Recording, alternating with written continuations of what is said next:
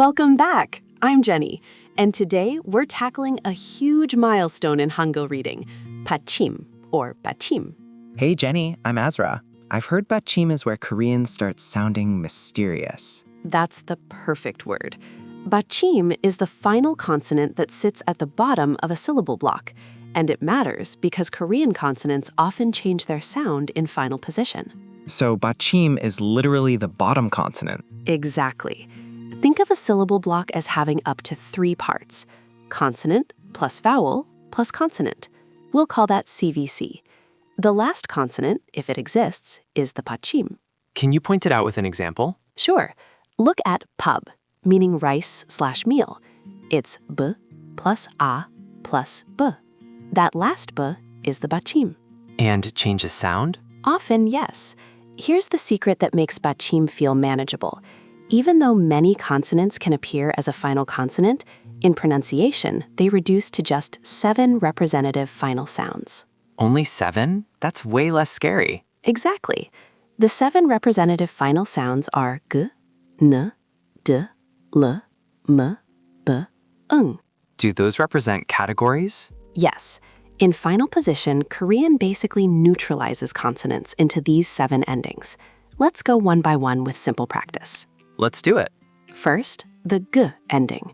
Final g sounds like a stopped K with no puff of air. Example, guk, meaning soup.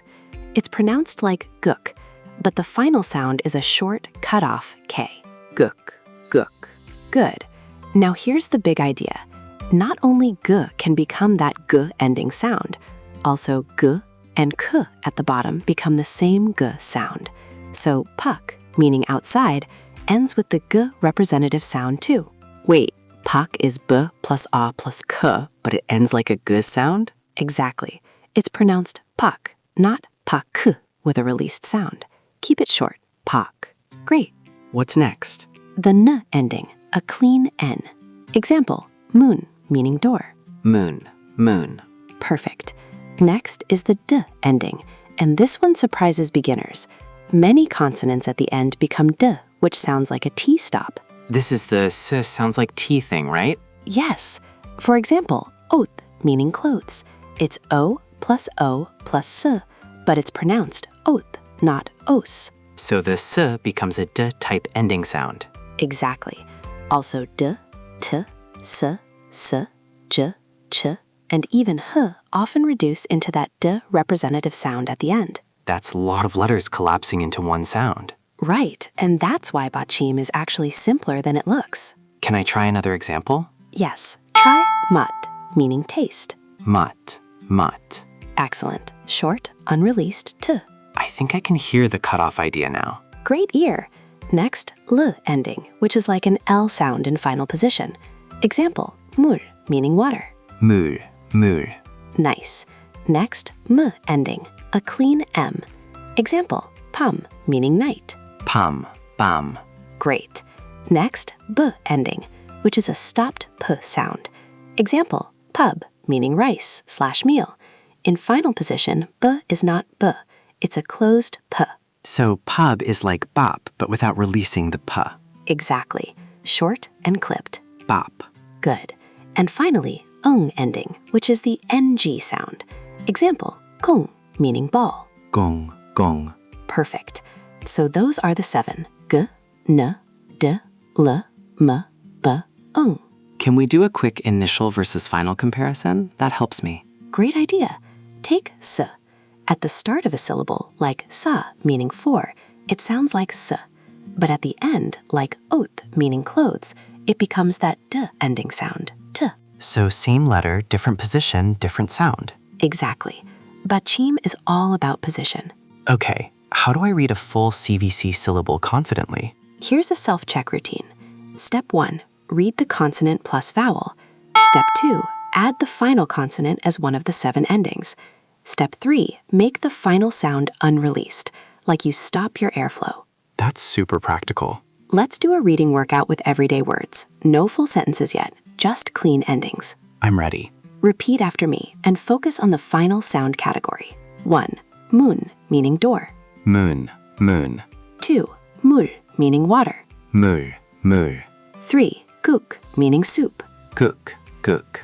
4. Gong, meaning ball. Gong, gong. 5. Pub, meaning rice/meal. Bop, bop. 6. Pum, meaning night. Pum, bum. Now some that show the reduction idea clearly. 7. Oath, meaning clothes. Oath, oath. 8. Mut, meaning taste. Mut, mut. 9. Puck, meaning outside. Puck, puck. Great. Now a few more useful everyday nouns. 10. Sun, meaning mountain. Sun, sun. 11. Kil, meaning road/way. Gil, gil. 12. Pang, meaning room. Pang, pang. That's 12 words with Batchim, and you just did it. I can feel why this is called the foundation of flow. Even reading feels smoother. Exactly. And here's another beginner-friendly self-check. Record yourself saying pairs like sa, meaning for, and oath, meaning clothes. If your final consonant sounds like you're adding an extra vowel, like os, that's a common mistake. Oh, I've definitely done that, like adding a little sound after the consonant. Yes, try to stop cleanly instead. Korean final consonants are usually unreleased. How can I practice without getting overwhelmed? Pick one representative ending per day. For example, today do d ending words, oath, mut. Tomorrow do g ending words, guk, puck.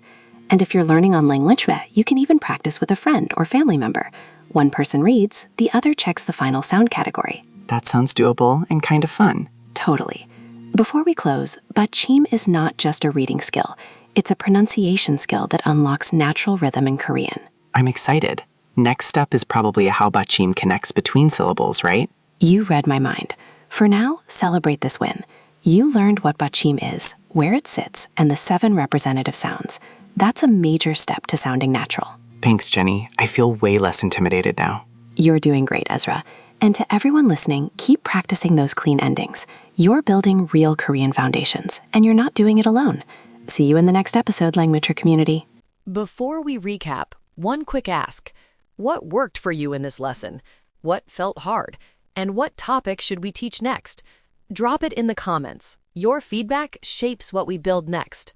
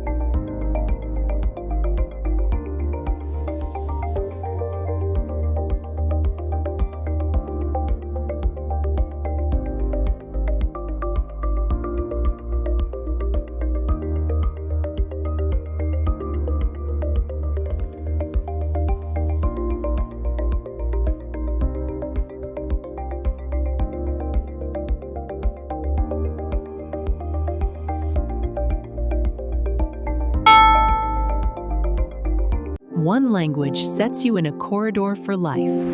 Learn language with podcast. Subscribe.